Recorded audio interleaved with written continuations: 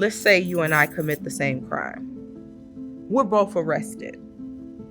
We're both given the same bail. We both even have the same judge. My bail is $15,000. Your bail is $15,000. I work at McDonald's and I got 3 kids.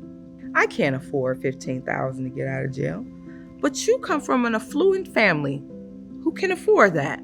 You deserve freedom more than I do because you can pay for it. No. It's not okay.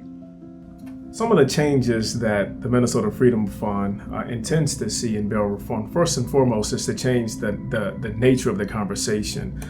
This concerns pretrial detention. These are people who should be considered, as is a bedrock principle within this nation, innocent until proven guilty.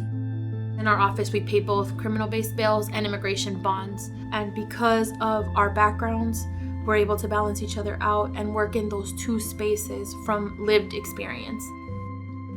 I was having a really tough time psychologically. I hadn't discovered or been told that I had a bipolar disorder.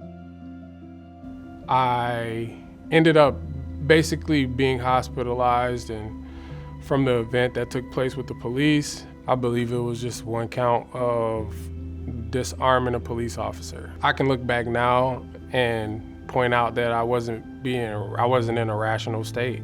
I thought that everything that took place in the hospital had kind of taken care of that situation. We were just working on it from like a health standpoint. Our system is created in a space where certain people are excluded from being able to access certain resources or being able to be let out to continue with their lives as cases are pending. And then, of course, I got something in the mail saying that I had to appear in court for these felony charges.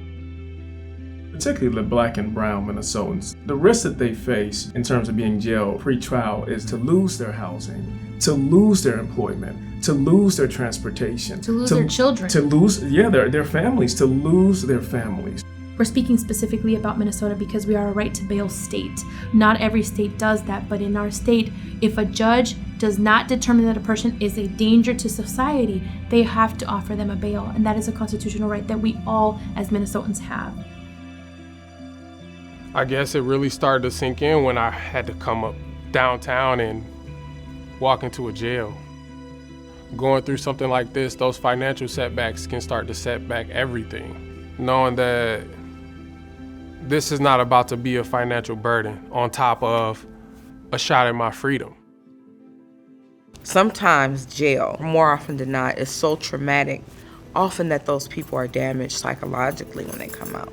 Minnesota Freedom Fund, through the post-release support, allows me to make a better impact. We have people here that want to change the world. It was Naomi that I met at the jail. I just felt a real, trust in them as people, as strangers. I didn't know that someone would help me with bail or that I could get a legal rights lawyer. Freedom Fund, they really came through. It was a blessing for me.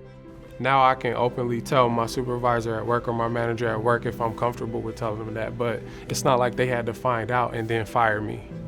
We're the Minnesota Freedom Fund. We exist in order to expand freedoms for people and make sure that people are protected constitutionally.